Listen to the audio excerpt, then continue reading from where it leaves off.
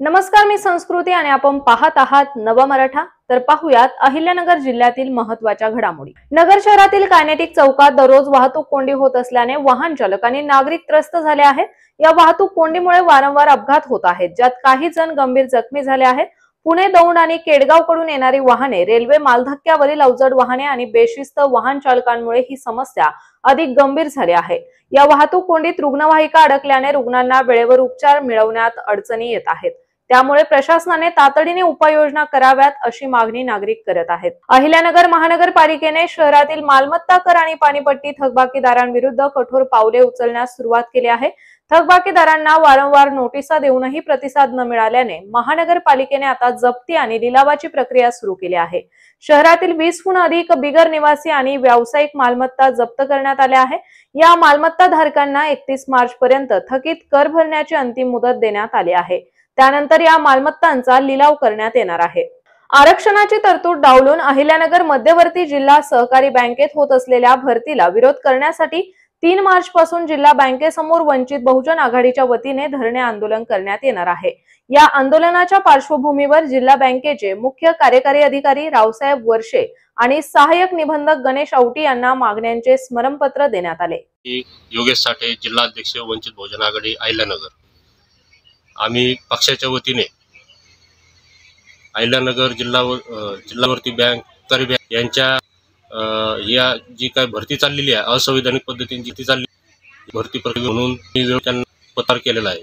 आमची कोणती यांनी गांभीर्याने भरती प्रक्रिया सुरू ठेवलेली। त्या भरतीमध्ये त्यांना आरक्षण करून ही भरती प्रक्रिया होईल याची यांनी कोणतीही गांभीर्याने दखल न घेतल्यामुळे आम्ही जिल्हा उपनिबंधक अहिल्यानगर आणि जिल्हा मध्यवर्ती बँक यांच्या कार्यालयासमोर 3 मार्च 2025 पासून आम्ही बेमुदत धरणे आंदोलन करण्यात येणार आहे।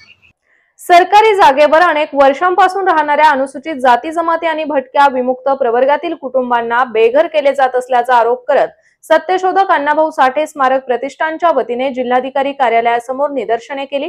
त्यांनी या कुटुंबांचे अतिक्रमण नियमानुकूल करून त्यांना प्रत्येकी 2 गुंठे जागा देण्याची मागणी केली आहे। तसेच 11 मार्च पासून उपोषणाचा इशारा दिला आहे। या विखेनी आमच्यावर अत्याचार लय चालू केलेले इथं, त्यांना त्यांचे बी सुद्धा बिल्डिंग अत्याचार मध्ये येतं। हे आमचं असं म्हणणं आहे, ते बी सुद्धा चौकशी करावा। आम्हाला जसं उद्ध्वस्त केलं त्यांनी, आम्हाला भांडं नाही ठेवलं, आम्हाला छत नाही ठेवलं, नाही पत्रे ठेवले, सगळं गोटा केलाय, भांगारामध्ये कुलावलं आम्हाला, तसं त्याच्यावर बी कारवाई झाली पाहिजे। आमची अशी मागणी आहे। पारधी, भील, मांग हे राहते तिथं, 3 जातीचे लोक राहतो ते आम्ही तिथं। आम्हाला सगळं पानपट्ट्या होत्या, घरकुल घर बी पक्के होते बांधलेले, ते बी उद्ध्वस्त केलंय। आमचा उघड्यावर सगळा संसार आणलेले, आता बी उघड्यावरच आहे। आता ना आम्हाला कारवाई करून चौकशी करून आम्ही गावातले रहिवासी असून बी त्या जागेमध्ये आम्हाला 30-40 वर्ष झाले तिथं। आमच्या आता 12 पोरगी बी झालेली, ते बी उघड्यावर आहे। आता त्याला कोण पागणार आहे? आता ते आता करावा कारवाई। आता आमची मागणी अशी, मेन मागणी अशी असते का आम्हाला आता तिथं घरकुल द्यावा, 2-2 गुंठे द्यावा तिथं जाग्यावर, एक साईडला कुठतरी। आमची एवढी विनंती आहे व आम्हाला आता तिथं बेघर केलेले लोकांना जागा नाही गे, काही नाहीये, ते चौकशी करून आम्हाला देणे तिथं, आम्हाला एवढं पाहिजे। गट नंबर 595/1 मध्ये महाराष्ट्र शासनाची जागा आहे। नगर मनमाड रोड, विखे पाटील हॉस्पिटल शेजारी, त्या गेटच्या शेजारी महाराष्ट्र शासनाची 525/1 मध्ये 600 एकर जागा आहे। त्यापैकी अनुसूचित जाती जमाती भटक्या विमुक्त म्हणजेच महांग, मार, चंबार, कुंभार, पारधी, भिल्ल असे सर्व जाती धर्माचे लोक गेले 25 ते 40 वर्षापासून त्या ठिकाणी स्थायिक आहेत। त्यांच्याकडे मतदार यादी आहेत, आधार कार्ड आहे, ज्यांनी पक्के घर बांधलेले आहेत, तिथं नळ कनेक्शन आहे, परत लाईट पण आहे, त्यांचे पावत्या पण शासनाला आम्ही ते आधार करतात। परंतु 18/2/2025 रोजी आम्ही माननीय जिल्हाधिकारी साहेब RDC राजेंद्र यांना भेटलो आणि त्यांना आलेली नोटीसची माहिती दिली। त्यांनी कबूल केलं होतं की तुमच्यावर अन्याय होणार नाही, परंतु 21/2/2022 रोजी अचानक प्रांतसाहेब, माननीय उपविभागीय पोलीस अधिकारी भोसले साहेब अधिक 100 फौज फाटा घेऊन त्या ठिकाणी JCB सहित आले. त्यांनी अगोदर सर्वांना कल्पना दिली की आपले आपले भांडे वस्तू बाहेर काढा, परंतु की हे पारधी समाज यांच्याजवळ असून तरी काय असू शकतं, भिल्ल समाज यांच्याकडे काय असू शकतं किंवा मागेसवर्गीय यांच्याकडे राहण्यासाठी 4 भांडे, पाणी पिण्यासाठी एखादा बादली, हांडा हे सुद्धा बाहेर काढले. परंतु या प्रशासनाने JCBच्या साहाय्याने मोठाले घरं पाडले गेले, झोपड्या पाडल्या गेल्या, त्या ठिकाणी जनावर ओरडत होती, परंतु या गेंड्याच्या सरकारला त्या ठिकाणी जाग आली नाही.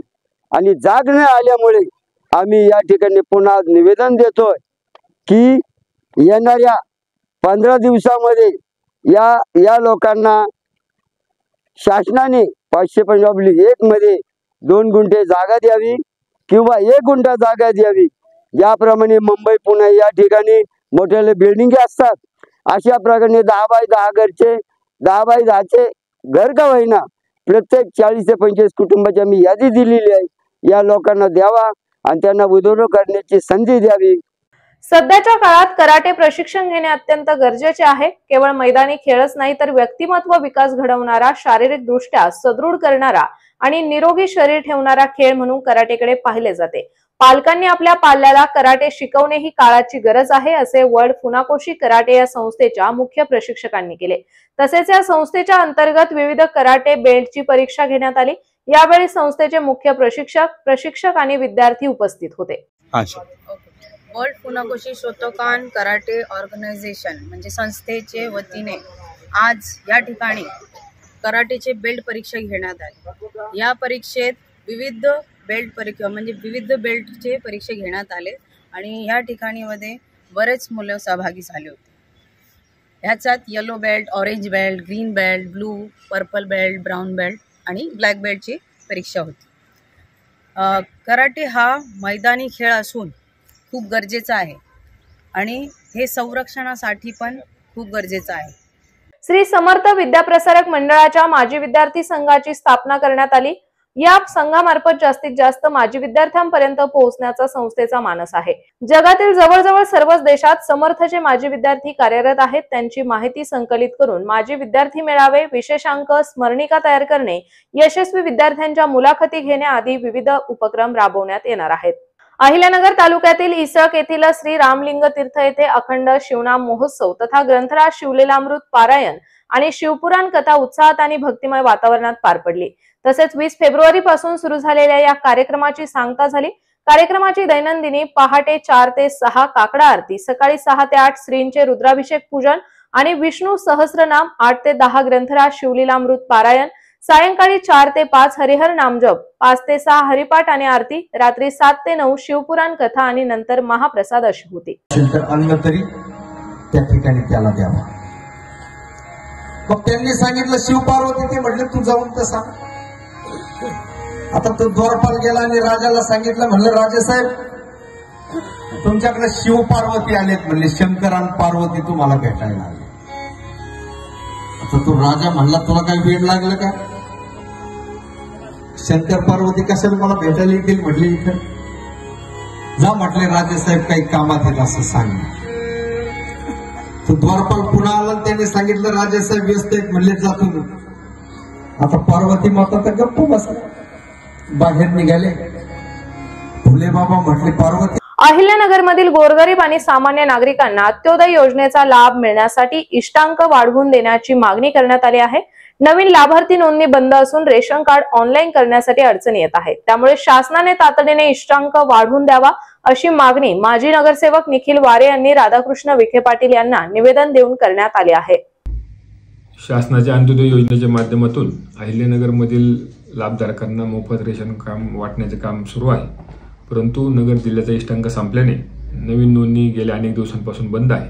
शासकीय अधिकाऱ्यांची वारंवार भेट घेतली असता त्यांनी असं सांगितलं की इष्टांक वाढवून मिळण्यासाठी माननीय कलेक्टर साहेबांनी देखील शासनाशी पत्रव्यवहार केलेला आहे, परंतु काही इष्टांक वाढवून आलेला नाही आज आम्ही माननीय पालकमंत्री राधाकृष्ण विखे पाटील साहेब यांची भेट घेतली व त्यांना नगर जिल्ह्याचा इष्टांक वाढवून देण्याची मागणी केली आहे। त्याचबरोबर लोकप्रिय आमदार माननीय संग्रामभाई जगताप यांची देखील आमच्याबरोबर चर्चा झाली आहे व त्यांनी देखील लवकरात लवकर आपण इष्टांक वाढवून आणू असं आश्वासन आम्हाला दिलेलं आहे। आनंद ऋषीजी हॉस्पिटलमध्ये राष्ट्रसंत आचार्य आनंद ऋषीजी महाराज यांच्या पुण्यस्मृतीनिमित्त मोफत आरोग्य तपासणी शिबिराचे आयोजन आमदार संग्राम जगताप यांच्या हस्ते करण्यात आले। या शिबिरात मूत्रपिंड तपासणी शिबिराने सुरुवात झाली असून अनेक रुग्णांची तपासणी करण्यात आली। नगर शहरात महिलांच्या गळ्यातील दागिने चोरणाऱ्या एका व्यक्तीला कोतवाली पोलिसांनी अटक केली आहे। त्याच्याकडून 2,24,000 रुपये किमतीचा मुद्देमाल जप्त करण्यात आलाय।